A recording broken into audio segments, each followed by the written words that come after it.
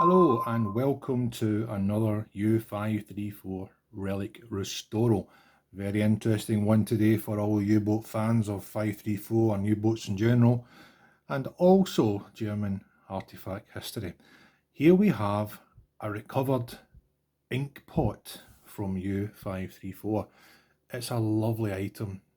It's quite grubby, which is understandable, being in the bottom of the ocean for such a long time, and then it's been recovered and it's been managed to be purchased by myself some time ago, and I thought, what can I do with this in my collection?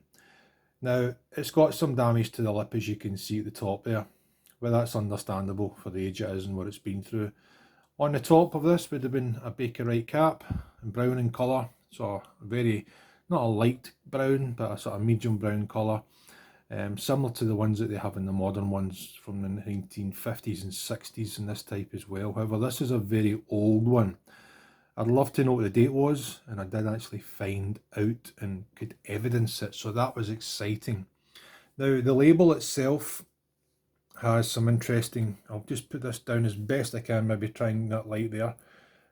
Now, just here, there's a red part here, and there's a blue bit in the bottom there.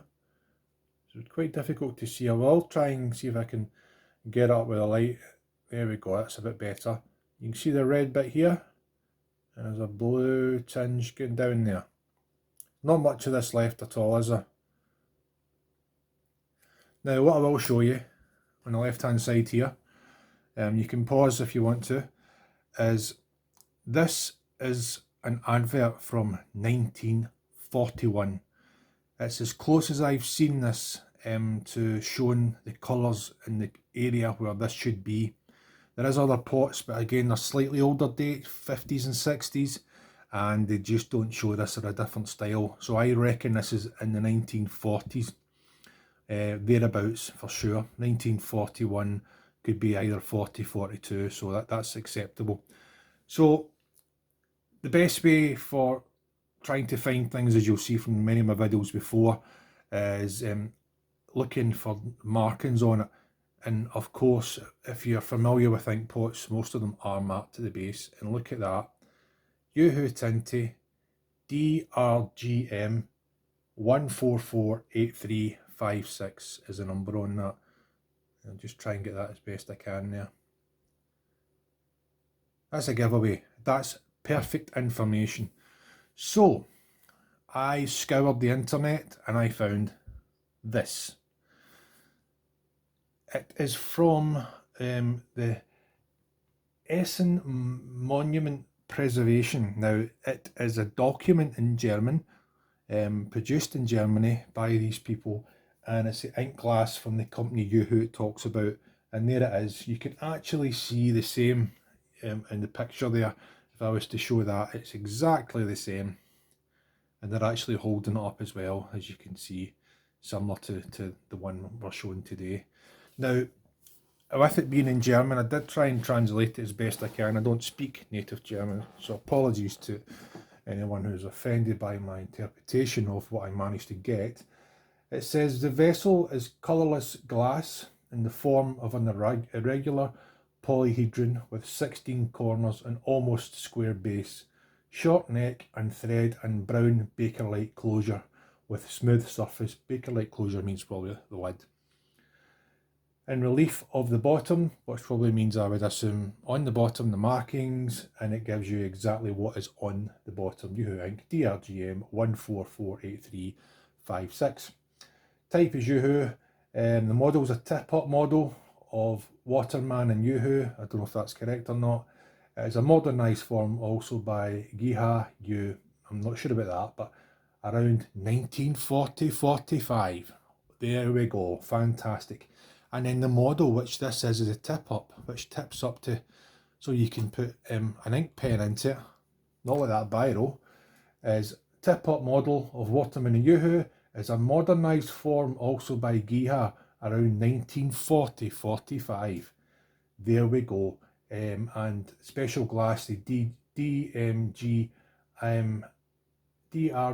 between 1938 and 1941. So that's great, isn't it? So it gives us a real eye-opener into actually what age it was. So it does date the war years of Germany when this would have been being used, so that gives confirmation.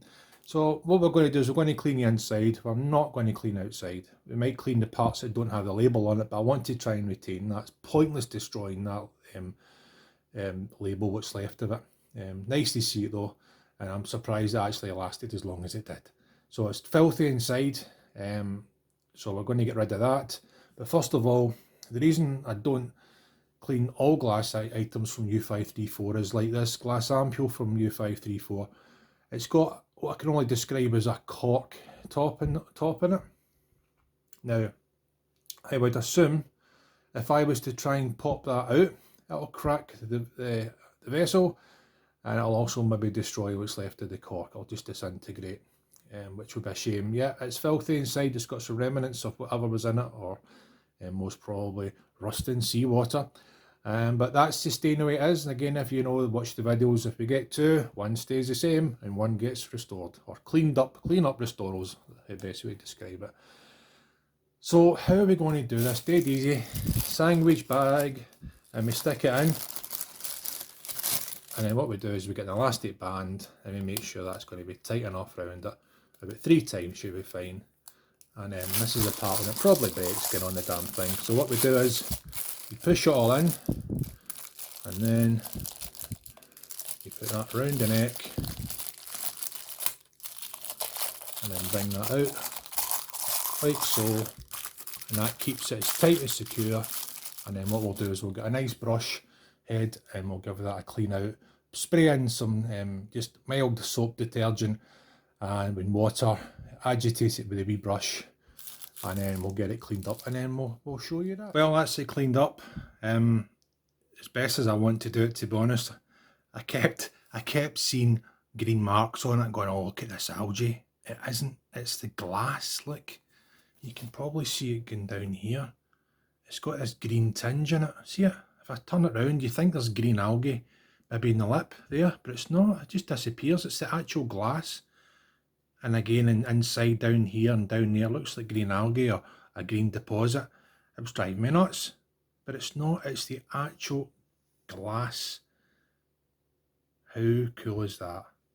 This is why I love clean up relics. You can even see it there. You think it looks filthy until you turn it around, and it's pretty clean. Yeah, it's got some surface pitting and stuff still on it. But to be honest, I don't want to start scrubbing too much of it away. So that's another wee one finished off. Hope you enjoyed that. Thanks for watching.